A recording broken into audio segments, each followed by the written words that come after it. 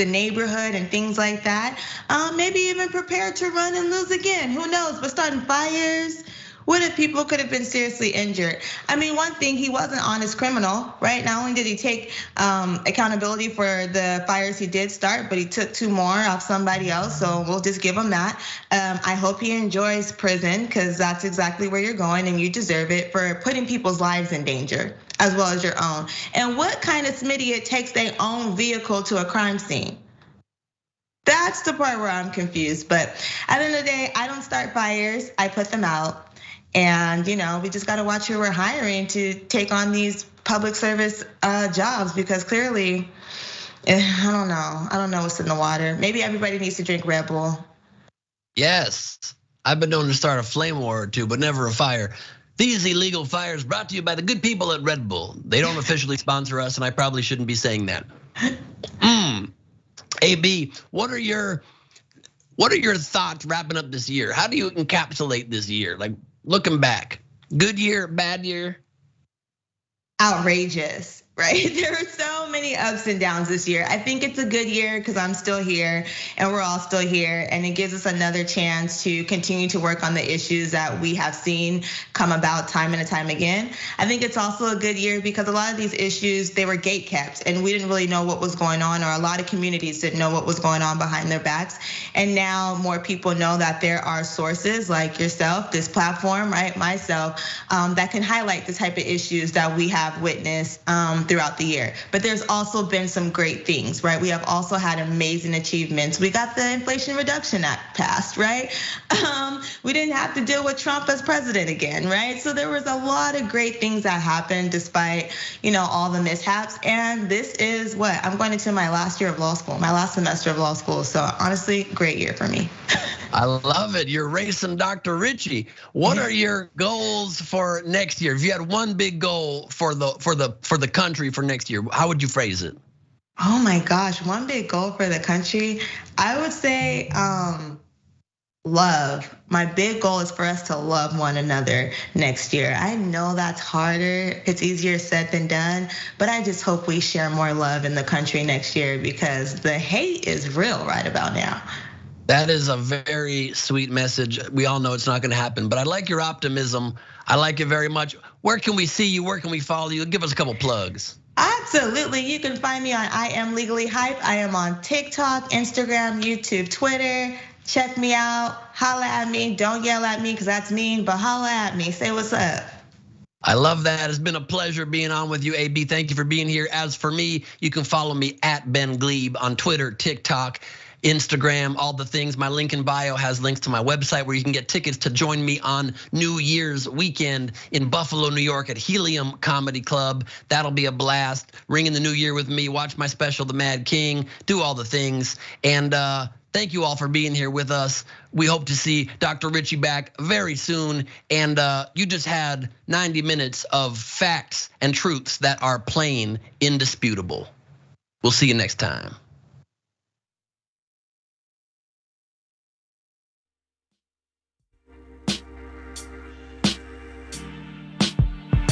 Thank you.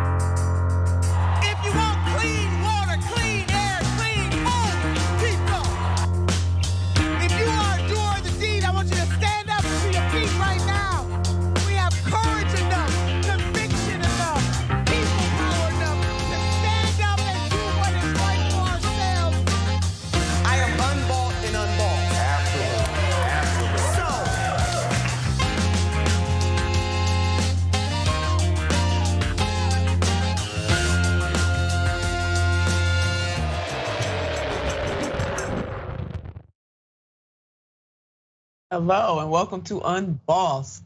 I'm really vibing on that intro. I haven't said that in a while. And I'm thinking if you are the doer of the deed, keep going. That stuck out for me. We got Action Jackson in the house today. Jackson, Oh yeah. how you doing today? I'm doing well. I'm doing well. Like I was telling you, I'm here in St. Louis with my family. I got my nieces coming over later, so it's been good. I'm feeling the holiday cheer all around me. So it's good to be here with you today. That is a beautiful thing, and I am so glad that you are here, and it's always good to be with the family. And so today, Jackson and I are going to talk about, we're gonna break down this omnibus bill. Some of us have been calling it the ominous bill. Dark money donors, giveaways to the rich, and forgetting about doing something to help people who own cannabis businesses. We got you covered on this whole thing. And then Wells Fargo got hit with a $3.7 billion fine, although it is not the first time. And finally, the Taliban is once again placing limitations on women. Now, don't you forget to subscribe, to share the stream, and to share your comments with us. You know that is absolutely my favorite part of the show, is when the viewers like you share what you're feeling, what you're thinking. All right, so you got time to do that before our first break. The omnibus bill is 4,155 pages, and what's in it and what's not has me going WTF, neoliberals.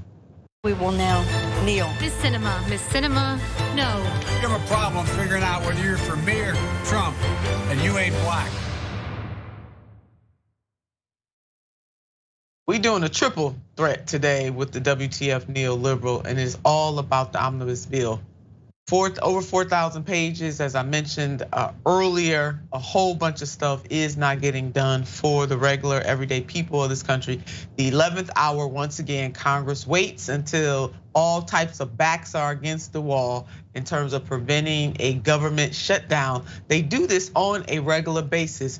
And I declare to you that if this was any other position, any other arena, as employees, as workers, we would not be able to get away with always waiting until the 11th hour. Would not, but only in Congress. It's dysfunctional as hell. So let's put up this headline: Congress still protecting dark money. This is where we're gonna start off with this omnibus bill. Congress still protecting dark money donors. A series of measures in Congress's annual omnibus bill, spending bill, show that Democrats have given up their fight to end dark money era. And this is coming from Andrew. Andrew, thank you over there at the lever. As part of its year in omnibus spending, Congress will once again help dark money donors hide their identities from the public and ensure the government cannot crack down on dark money nonprofits that spend the bulk of their revenue on politics. Because guess what? They don't want what's done in the dark to come to the light. It is very obvious. Andrew goes on, with Republicans set to take over the House in January, Democratic lawmakers are throwing in the towel on an effort to end the political dark money era. Provisions in the $1.7 trillion spending bill, which is often used as a vehicle to enact controversial measures because it funds critical government operations, will prohibit the Biden administration's officials from doing much, if anything, to regulate dark money groups on their own for the rest of his first term. So let me go ahead and dress that up for you.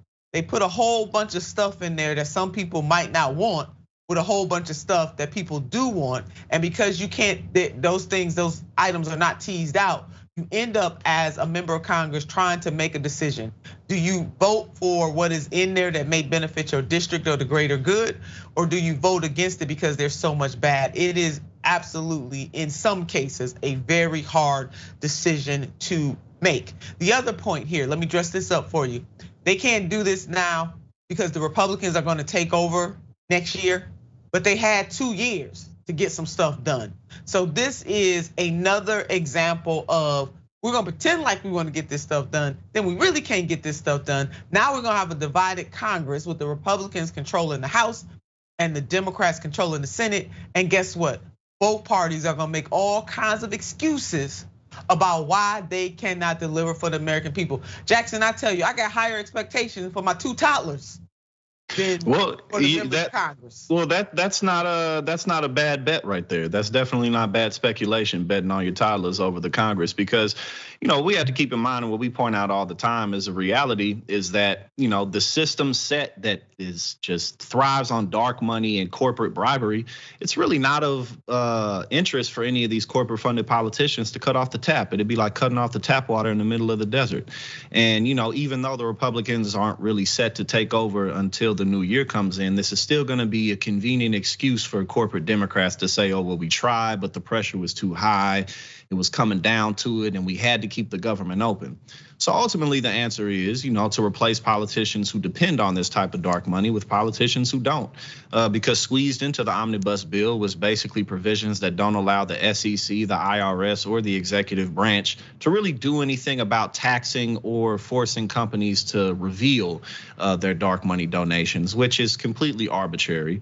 But again, it's a system filled with people who thrive off of that system, and that's what we got to change.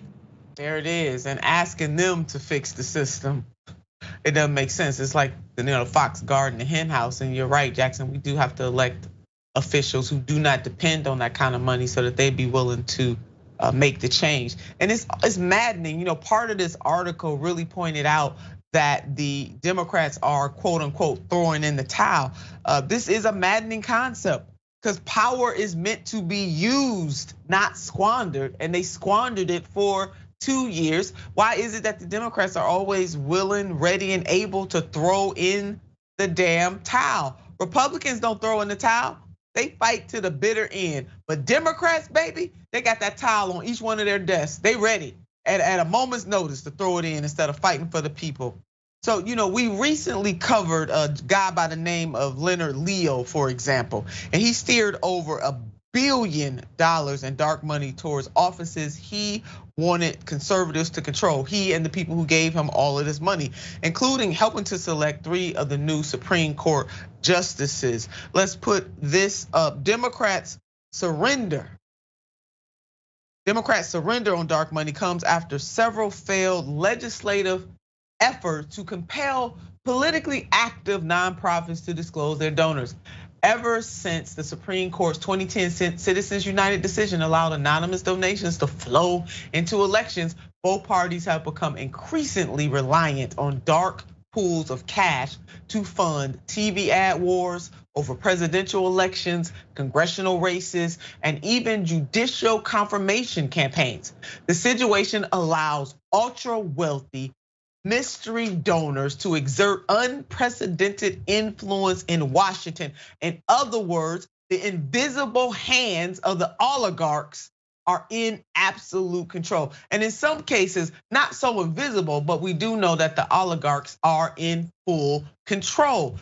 Bolded, underlined it, exclamation point. This is no secret. And for them to do this in this particular moment, while we're dealing with this particular bill, but this is how it goes. This is where we are, and it is a sad place to be. Let's put up this headline: Inside the Right's historic $1 billion money transfer. This is going back to this Leo person. Industrious Bar Seed funded a new dark money group run by Trump judicial advisor Leonard Leo, who helped eliminate federal abortion rights. These Republicans are on it in terms of they play the long game. They are playing for keeps, and they raise this kind of money because Citizens United allows these folks to be under the cloak of night, the cloak of darkness, while they are spreading all kinds of mayhem and mischief. Look what just happened with the United States Supreme Court. A whole bunch of right wingers are in control. Hence, we lost Roe v. Wade. Hence, a whole bunch of stuff is up in the air because those folks are there. And so people like Leo, this is what they do. So Citizens United, not just because of this dude, but for a whole host of reasons, needs to be overturned. And this Congress need to grow a pair, a whole bunch. They need to get some intestinal fortitude. But Jackson, as you pointed out, because they benefit, the corporatist Democrats benefit, the corporatist Republicans benefit, we are hard pressed until we get a new set of elected leaders in that Congress to do away with this dark money. So now, although Democrats have made several attempts to pass campaign finance reform measures, They refuse to use the most potent tool in their toolbox, which is eliminating or reforming, you guessed it, the filibuster. This makes one wonder, really, how serious are they in doing away with dark money? There are riders in the Omnibus bill to protect dark money. So this is where we are right now. Let's put this up. One rider, once again, bars the Securities and Exchange Commission, as Jackson mentioned previously, from spending any funds to establish or implement any rules requiring companies to disclose their donations to political groups and politically active nonprofits, as well as payments to lobbying groups. So there we have it. Under the cloak of darkness, these people are gonna keep doing this stuff. We, the people, at some point, gotta come to grips with whether or not we are being complicit in our own demise. Many of these elected officials only care about the owner-donor class, and that is it. You ask me why I say that over and over again, follow the money. You ask me why I say that over and over again, follow the policy. This ain't a mystery what these folks stand for and what they do not stand for and whose side they really are on. America, we gotta wake up and come together, the 98% of us, or some people might say the 99. We're gonna keep on watching this stuff and keep on pushing. Part 2 of the WTF neoliberals, a giveaway to the rich. Stop me if you heard this before, but the rich are getting richer. This time, rich retirees are getting more benefits and tax breaks. Let's take a look at this article from Common Dreams. Progressives slam omnibus retirement provision as giveaway to the rich. What else is new? What else is new? You know what? I'm tired of singing the same sad song, but we're gonna keep it up. The retirement changes in the omnibus package overwhelmingly benefit wealthy people while doing almost nothing for the people who truly struggle to save for retirement, said one advocate. And this is coming from Common Dreams. These provisions are part of the Secure 2.0 Act. And here it is. So what is the Secure 2.0 Act? So glad that you asked. Requiring automatic 401k enrollments, increasing required minimum distribution age from 72 to 73 in 2023, and then 75 in 2033. Bigger catch-up contributions for older retirement savers, broadening employer 401k match options. Now that all sounds fine and dandy, but it's nothing more than political spin.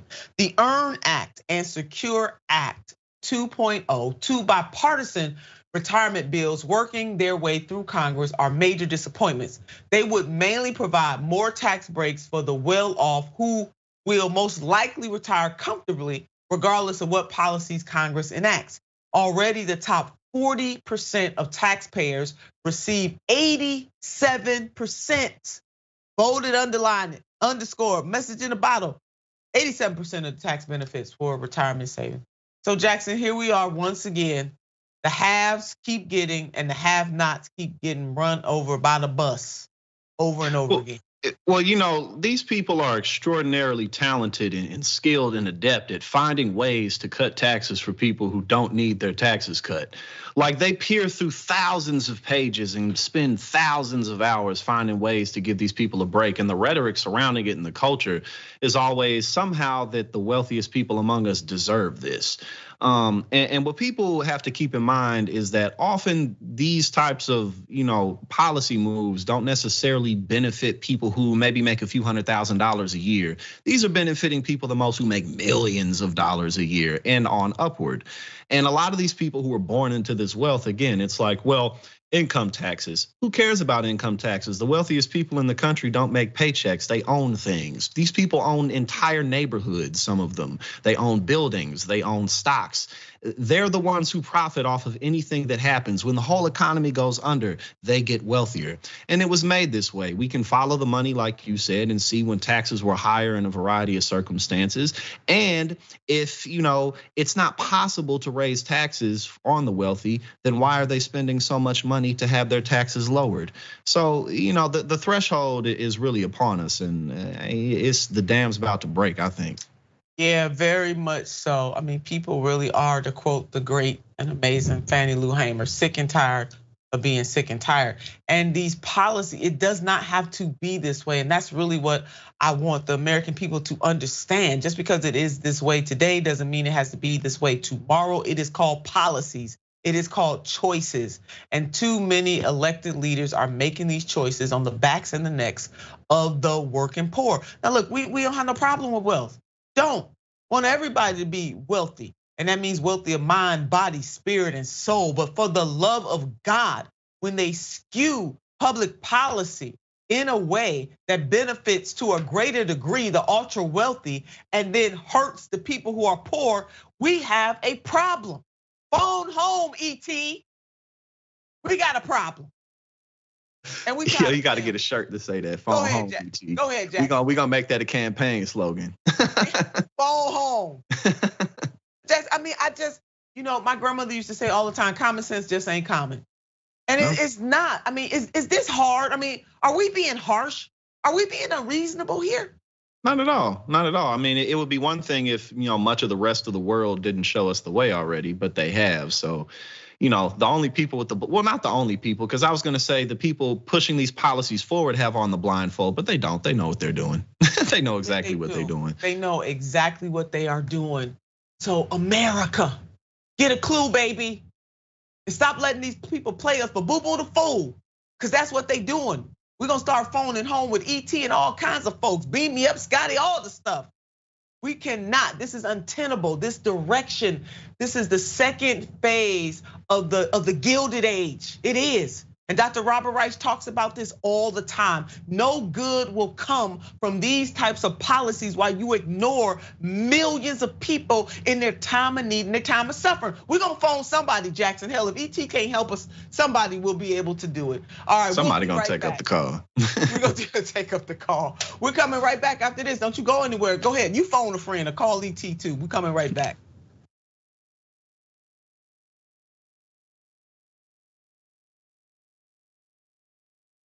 Welcome to Indisputable. I'm your host, Dr. Rashad Richard. We got a lot happening today. But what do we do on this show? We tell the truth. You know why we tell the truth? Because the truth is simply indisputable. Rashad, great to be here. Congratulations on the new show. And I gotta let everybody know that Rashad and I go way back. Here's the pattern that we see in all of these Karen stories. They think they own stuff they do not own. Now, where does that come from? I don't know, maybe slavery. Maybe they think they should still own black people. This is what happens when Karens weaponize the police. When you're used to privilege, equality seems like oppression. It hits you in a certain way when someone is holding you against your will, treating you like you're a criminal and you're an innocent person. This is something that black people face no matter where they are. A stronger black economy lends itself to a stronger, greater economy. Don't think it's exclusive of you, it's inclusive of you. What's your beef with critical race theory? It adds more fuel to the fire of the racist tendencies that we already have. We have a generation of problem solvers that can remedy the problem if they are properly taught what the problem is. You know who created redlining in this country? It was the white liberal. I don't give a damn who created it. If it's a racist policy, Shelley, here's what I don't know. I don't know. See, there you go filibustering, brother. You're scared of this truth, but you're gonna get it, though.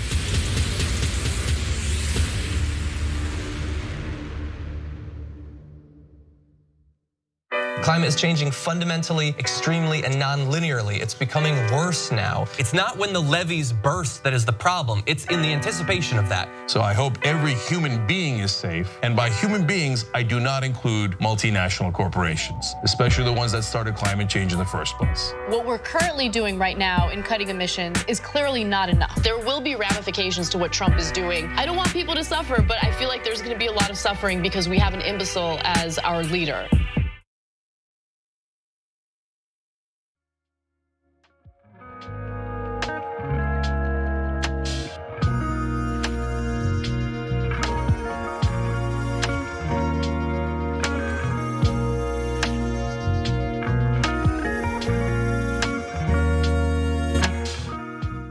Welcome back to the show. My absolute favorite part, reader or viewer comments. Before that though, I want to shout out Francesca Forentini, Wednesdays at 5 p.m. That is right, Eastern Standard Time, right after Unbossed. You can catch her on Twitch for the Twitchawation Room. You don't want to miss this. Y'all know Francesca, she goes in.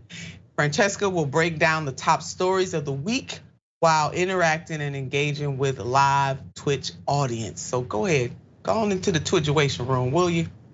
Join Francesca there.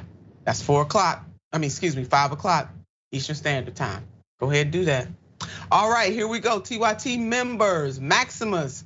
Corporate Dems are so much more interested in political theater than political policy and action. You better go ahead and say that, Maximus. There are plenty of cinema and mansion lookalikes in the Democratic Party. Jackson, Maximus, you said that. That is so true. Look, that was perfect. They just got on different faces. Like, have you seen Game of Thrones? What's the faceless, the many-faced god, and they just always wearing these different faces? That's what they are. That's what they do. I'm gonna have to underline, underscore, put this in a message in the bottom, Maximus. You did that. Yep. And on Twitch, Melanie, we need to do general strikes and economic boycotts. I totally agree with you, Melanie. You are reminding me 381 day, the Montgomery bus boycott in 1955 for 381 days. I mean, we have examples of that. Black people and allies moving the mark when black folks said, you know what, we ain't gonna keep on coming through the back door of the bus. We just not gonna do it. And they boycotted for 381 days. It was supposed to be a 1-day bus boycott. And they did it for 381 days.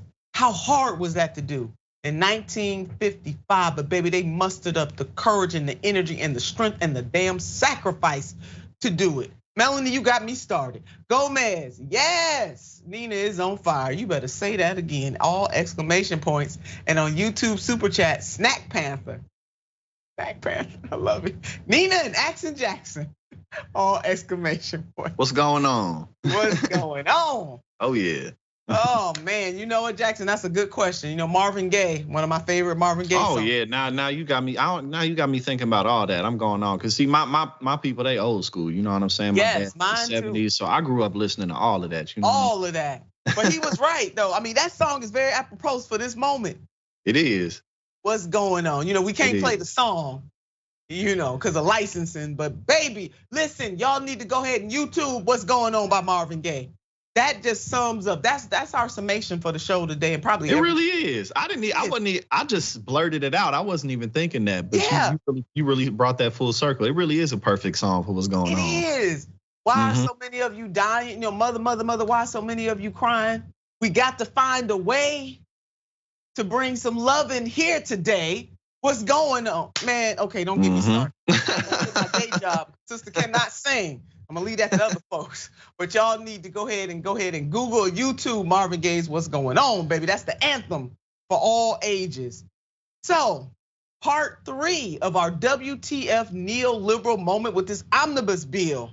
Marijuana was left out. The omnibus bill left out a major issue. Watch this. Now to the debate over safeguarding the legal marijuana industry. Legislation to open banking services to the sector, known as the Safe Banking Act, has been left out of a $1.7 trillion government funding package. The Democrats basically decided not to go to the mat for the Safe Banking Act. So this could put it off until all the way into 2025, I think, because the Republicans will control the House for the next 2 years. And they're lukewarm on this at best. The best shot for getting the Safe Banking Act passed was with Democrats in control of Congress. The Dems decided not to go to the mat on this. That's what the brother just said. The Dems decided not to go to the mat on this. That's what the man just said. So advocates are now making their voices heard because of the lack of the Safe Banking Act. We got a problem. Put up this headline. Marijuana advocates industry deeply disappointed after reforms left out of spending bill. Democrats' failure and GOP's recalcitrance. I'm just throwing in my own words. And the GOP's continued resistance to any progress is out of step with voters' opinion, is bad politics. And most importantly, it is bad public policy, said one critic. Critic, you're right. Jessica Common Dreams, thanks for laying this down. So Representative Ed Perlmutter, a Democrat from Colorado who helped lead the bill, explained the goal of the Safe Banking Act. Let's put this up. The Safe Banking Act seeks to harmonize federal and state law by prohibiting federal regulators from taking punitive measures against depository institutions that provide banking services to legitimate cannabis-related businesses and ancillary businesses. For example, electricians, plumbers, landlords, etc., that serve them. I mean, what in the Sam Hill hell is going on? And I know some folks. I mean, you got Wanda James in the great state of Colorado. Simply Pure, the first Black woman to own her own company to that degree. She has told me this story time and time again. They can't get banked, but yet the federal government still taxes them. I mean, really?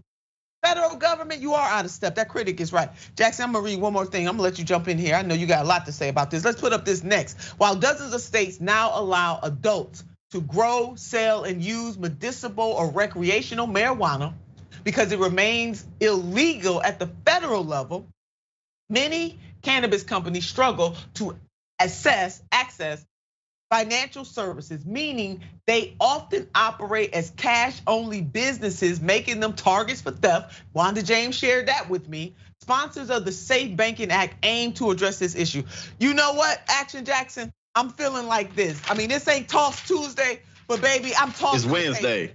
Tossing the paper Wednesday. Tossing the papers Wednesday. Go ahead. I mean, whether it be the Safe Banking Act or just general cannabis reform, this is really an area where the Democratic Party needs to capitalize and put their face and brand themselves on, because it's an issue that can unite people across the board into voting for Democrats in all kinds of elections. And I actually was covering New Jersey cannabis sales this morning on my podcast, and it's marijuana's been recreationally legal in New Jersey for all of 8 months, and it's already made like $283 million projection end of year sales. And again, it just happened, so these stores are popping up.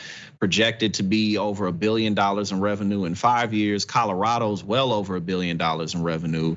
We know what's going on with California, and the thing is that this is one way to lessen the need to raise taxes in other areas, which is one of the biggest reasons why we need to push for national legalization.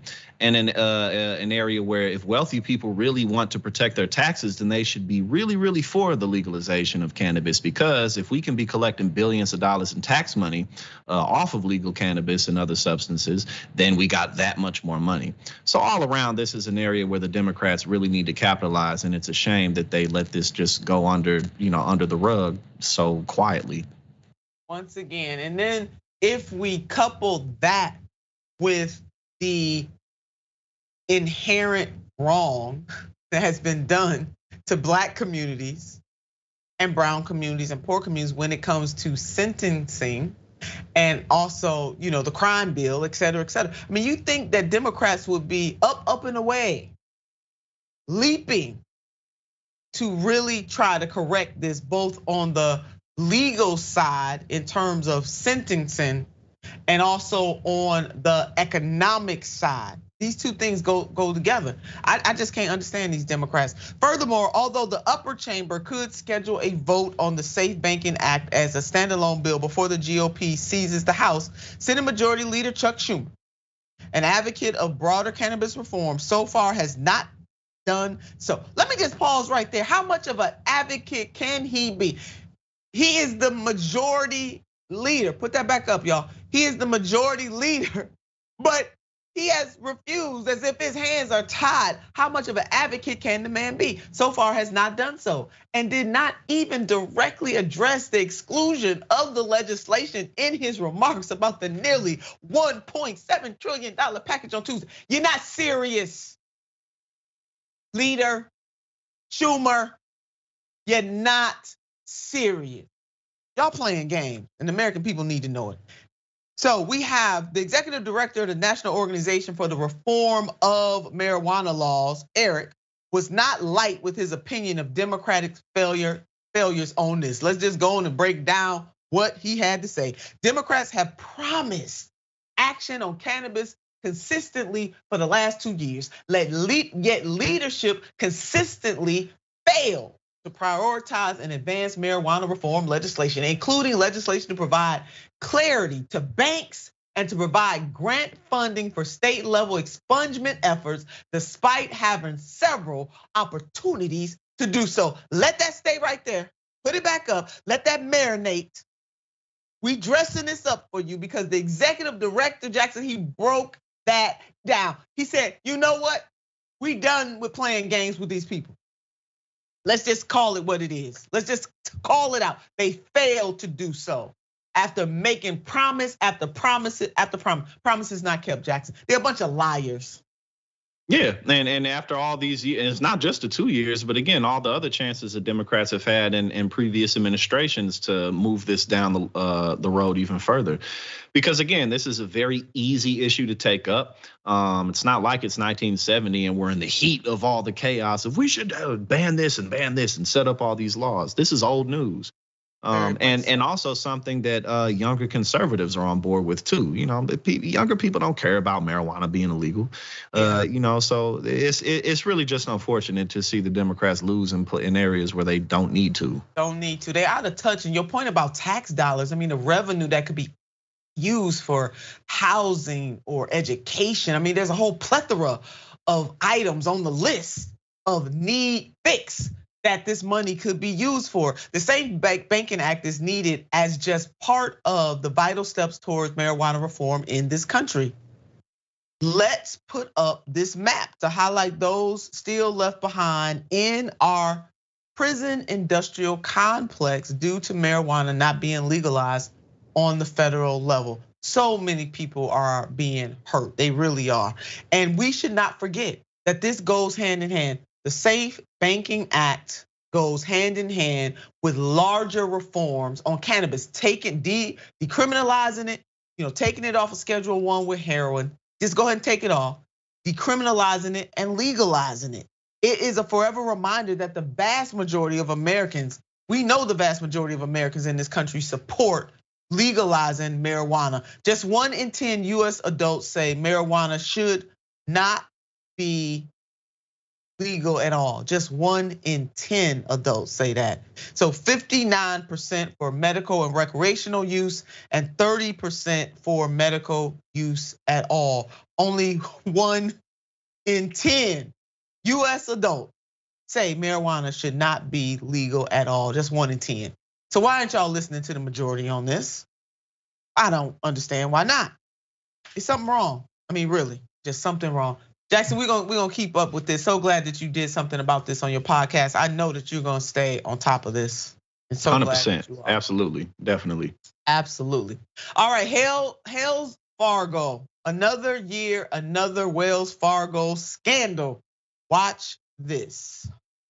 This morning, another scandal is rocking Wells Fargo. The bank has been ordered to pay $3.7 billion to settle a number of violations, including charging illegal fees and interest on auto loans and mortgages, and incorrectly taking overdraft fees. In a statement, the CEO says the bank identified a series of unacceptable practices that we have been working systematically to change. It seems that they are not only too big to fail, they're also too big to jail. Yeah, Representative, you said that these fools are thieves. None of us could get away with that. We'd be in jail right now. They need to lock these people up. And of course, this is just history repeating itself when it comes to Wells Fargo or Hales Fargo. Though at this point, they really are Hales Fargo. I want you to take a look at this. In 2020, the bank paid $3 billion after employees opened millions of phony accounts without the customer's knowledge in order to meet sales goals. As the employees falsified records, investigators say the bank collected millions in fees, reportedly targeting minorities who speak little English, along with college students and seniors. Jesus, Mary, and Joseph, what does it take to shut them down? Really?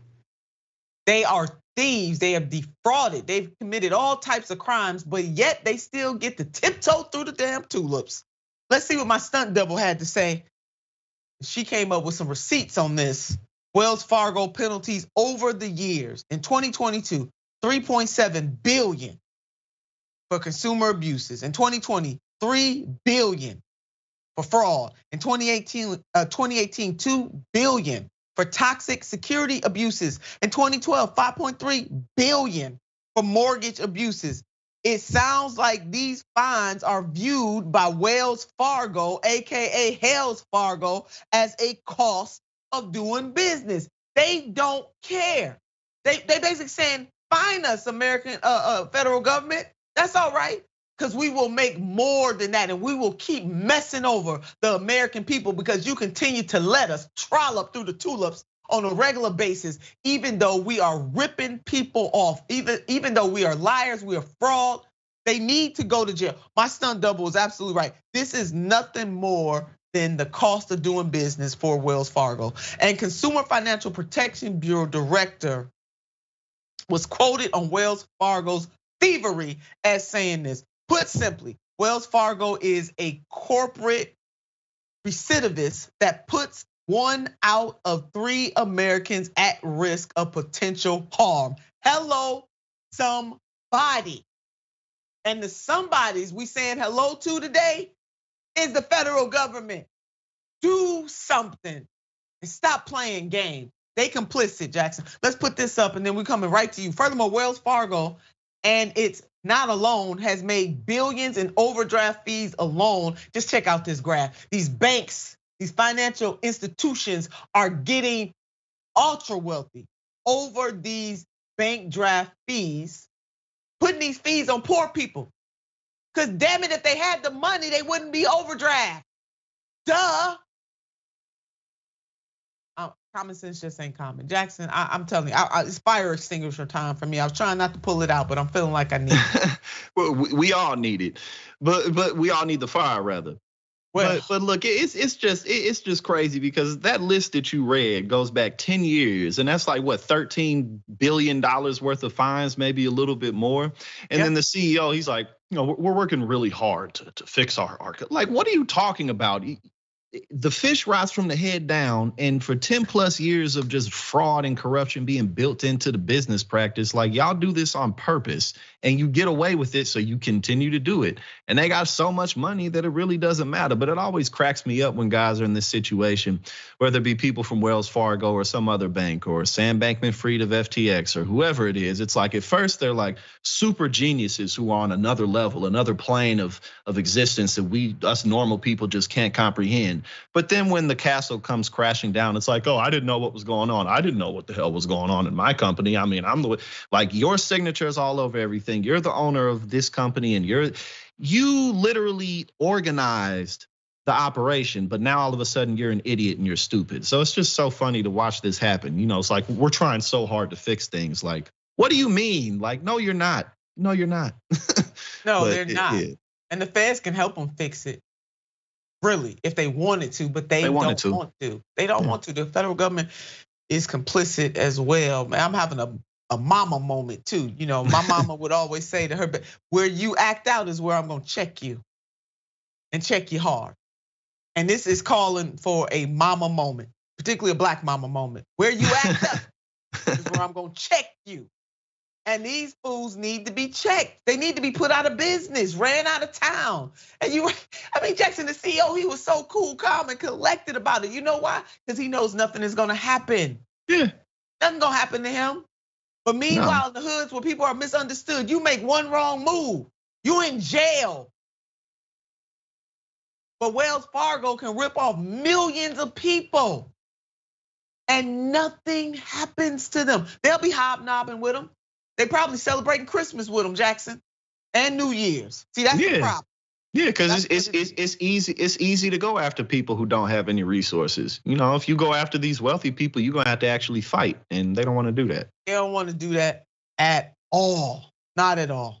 And even with the pandemic decline, Wells Fargo made between $6 and $8 billion in overdraft fees alone in 2021.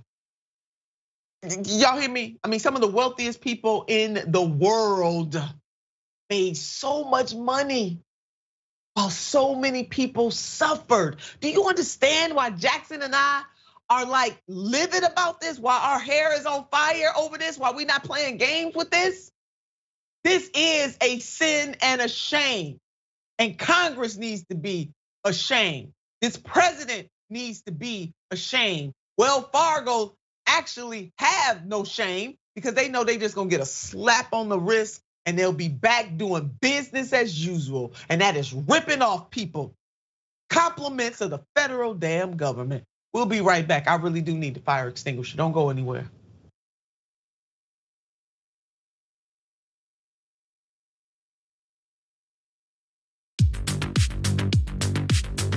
I'm wearing one of our pieces of merchandise. So the funny thing about the Dragon Squad, and that's what our viewers call themselves. That's the name of the group, but every individual chooses their own name. You might have Cincinnati Dragon. You might have Harry Potter Dragon. We have a Grandma Sunshine Dragon is one of those that I remember.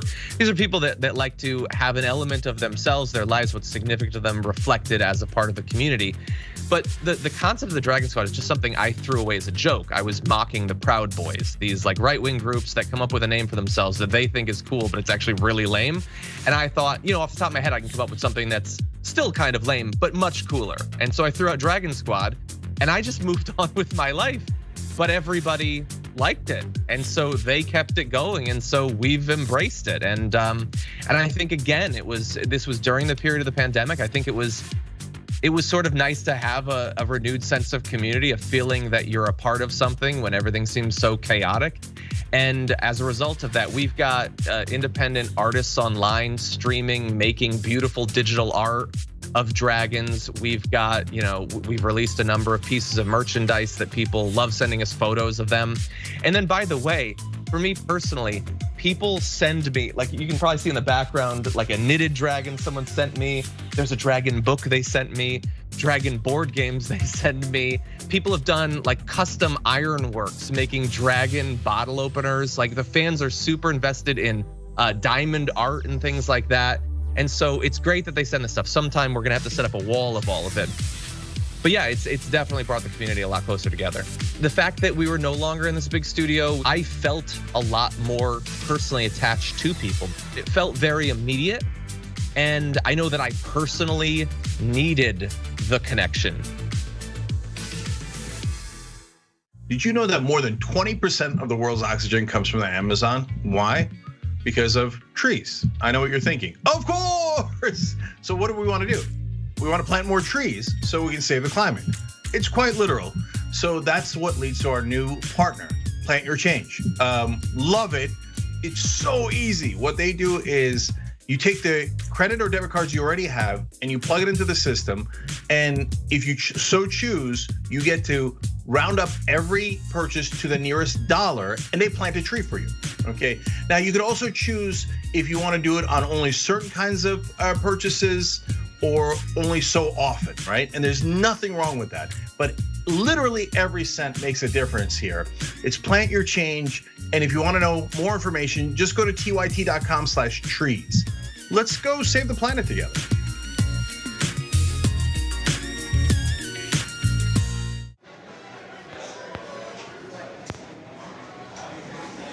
Now, top.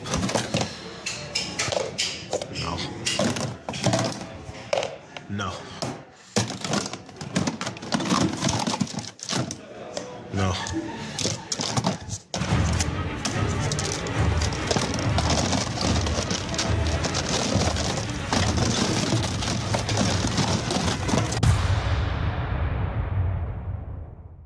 Today, a terrible day for the internet, a terrible day for America. The internet as we know it is not going to exist anymore. A real dark day for information and yet another way that they're bleeding out the democracy. We're now going to have these gatekeepers of information deciding what we can and can't see, and that's what scares me the most. Whether you're conservative or progressive or anywhere in the middle, this is the one thing we should all agree to. Protect the internet, because the establishment is coming for it. Don't let them destroy the internet.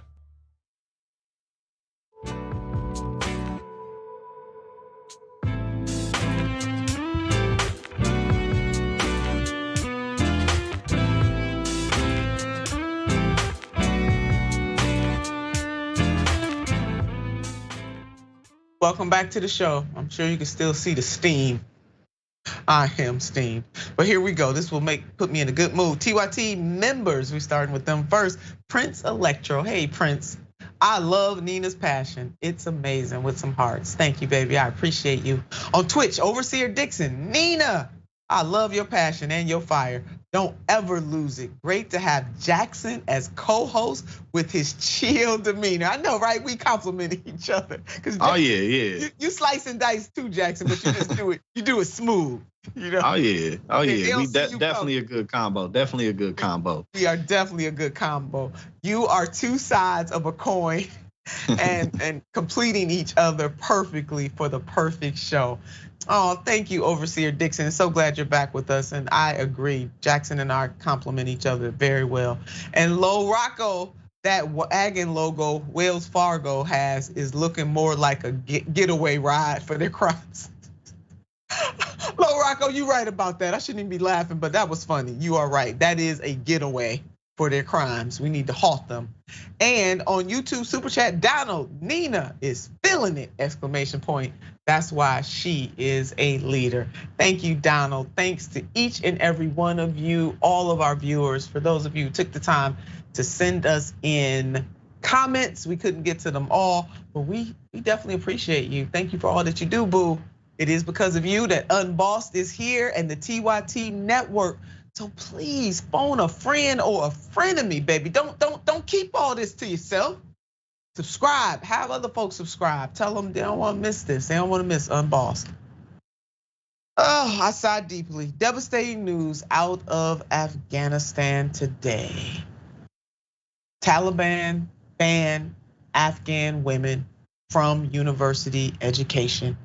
The news came in a letter issued by the Ministry of Higher Education to all government and private universities. The letter stated, you all are informed to implement the mentioned order of suspending education of females until further notice.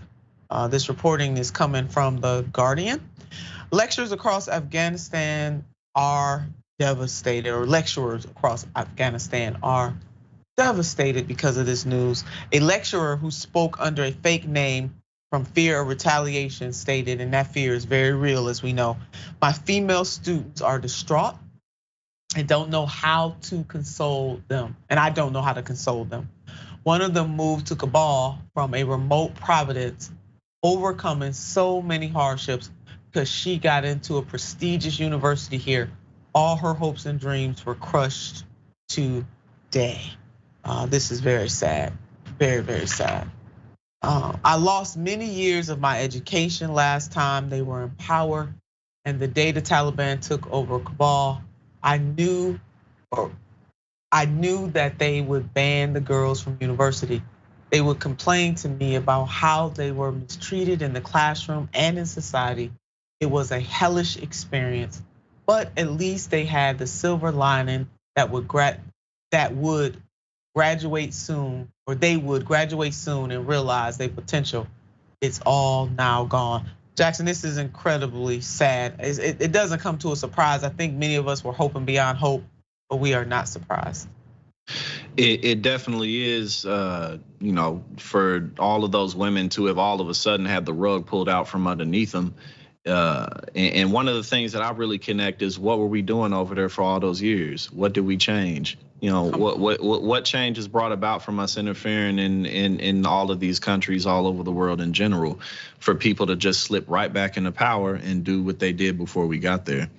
And commentary from the White House about whatever sanctions is going to be done. Meanwhile, we're still fully in business with countries like Saudi Arabia. Yeah. So there's so many issues surrounding this topic that really are prevalent in all of the fundamentalist nations, and many of which we're allies with. So this is definitely tragic, but it goes even beyond Afghanistan. It's something that we see with many of our allies. Yeah, we do.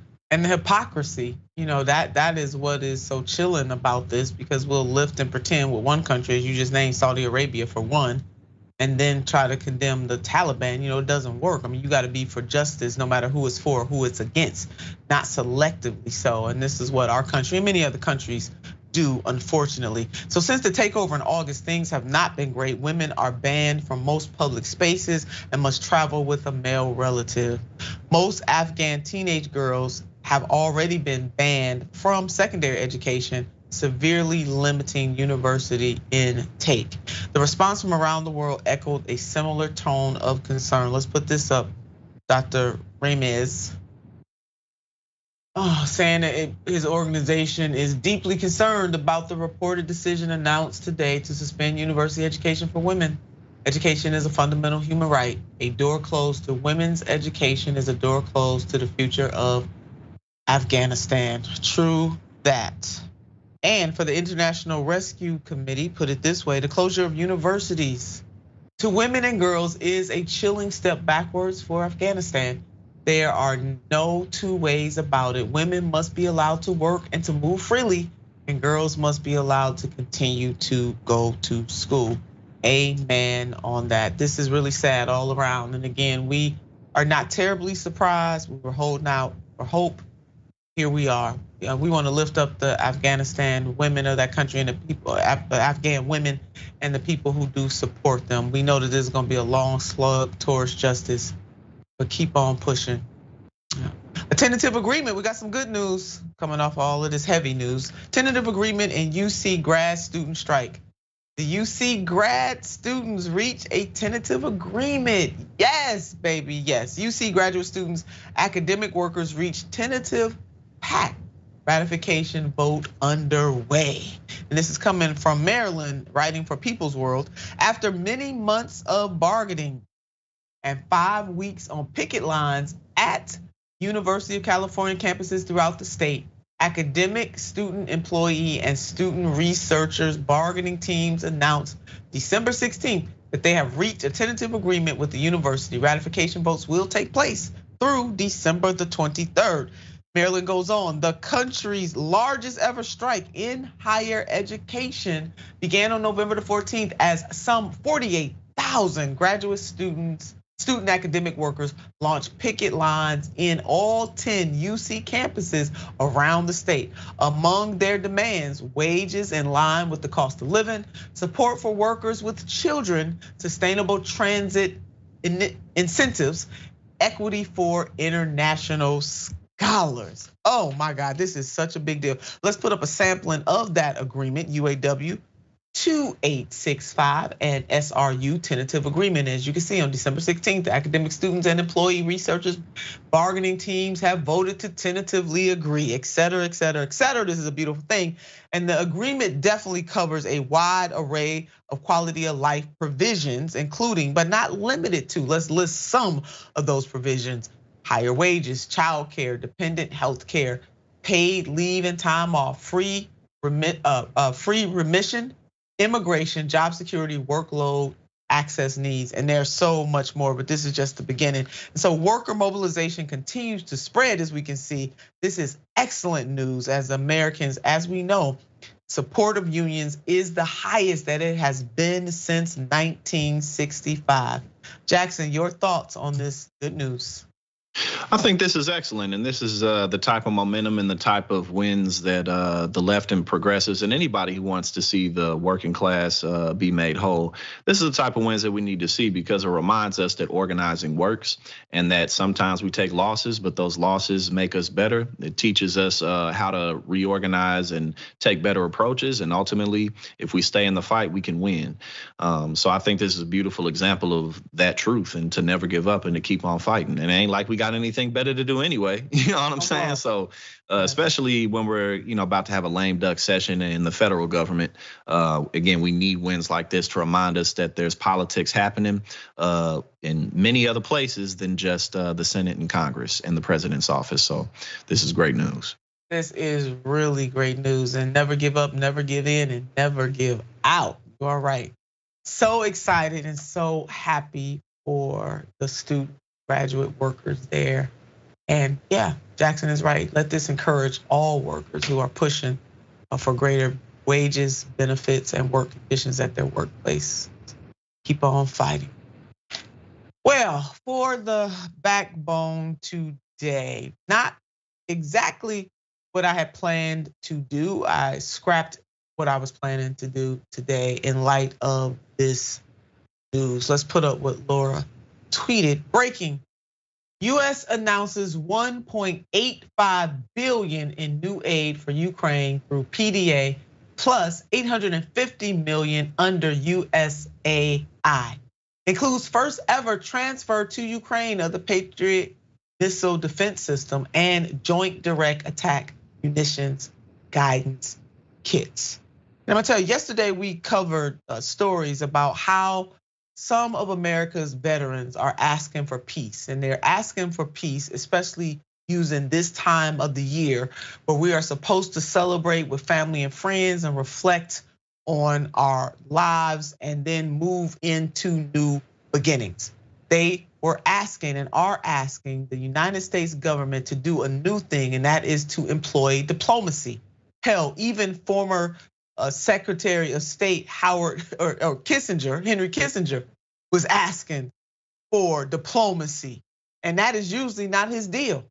So you got folks from different beliefs or ideologies asking for this country to lead in diplomacy. And this is the breaking news that we get. It is absolutely stunning.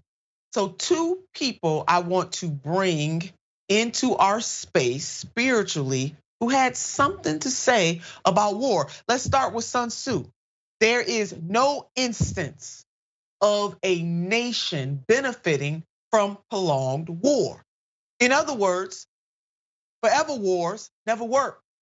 They maim, they hurt, they kill, and they destroy. No instance of a nation benefiting from prolonged war. That's Sun Tzu. And the next spirit I want to bring in, or voice I want to bring in, is H.G. Wells. If we don't end war, war will end us. And so there are some bottom lines here that this country should be utilizing our immense hegemonic position. At this moment, we came to the rescue of the people in Ukraine, as well we should have. In this moment, can we couple that with a pathway towards diplomacy? You have veterans saying we know the cost of war, and this right here is not gonna have a good ending. You have innocent people both in Russia and also in Ukraine who have died. People who are living through extraordinarily harsh circumstances because of war, and all we can do in this country is throw more damn money at it. It makes absolutely no sense whatsoever. We just gave, or this Congress just gave, in our name, the president of the United States, 45 billion more dollars than what was asked for in that Pentagon budget, putting it at 858 billion dollars. How much money, how much is needed to kill, steal, and destroy? Meanwhile, domestically, people are homeless, people are hungry. People can't afford their energy bills. Inflation is ravaging this nation. Meanwhile, right here at home, we're not taking care of the people who need it the most. For every damn dollar that we spending on war, we need to spend 2 or 3 of them on domestic needs. This is unacceptable to do this without addressing the needs of people right here at home. And Jackson, we're running out of time, but I want you to be able to jump in here. And I am not saying that we should not have come to the rescue of our sisters and brothers and family and friends in Ukraine. I'm not saying that at all. But damn it, at some point, we got to take care of home. Charity starts at home and then spreads abroad. And at some point, somebody has to be the first one to move to ending the fighting. You can't continuously just support, increased escalation. But I really like that quote: "If we don't end war, war will end us," because that's very true. And unfortunately, it seems to be one of the constants of the human experience. But I think one that we can overcome if we really try. We can, and we will keep pushing. There are so many wonderful organizations that are pushing for peace, and God bless the veterans, or all veterans, especially these veterans who are standing up saying this doesn't work. This math ain't mathing. to quote Andrew Yang. I love that saying. Let me just say this. Thank you all so much for joining us today. We really do appreciate you here on Unbossed and the TYT Network. Please be conscious of the things that are happening both in this country and also internationally. These things will impact us today and future generations tomorrow, so we must continue to be aware. You know what I want you to do about this time is what I want you to do every single time. I do indeed want you to keep the faith. More importantly, I want you to keep the fight. Until next time.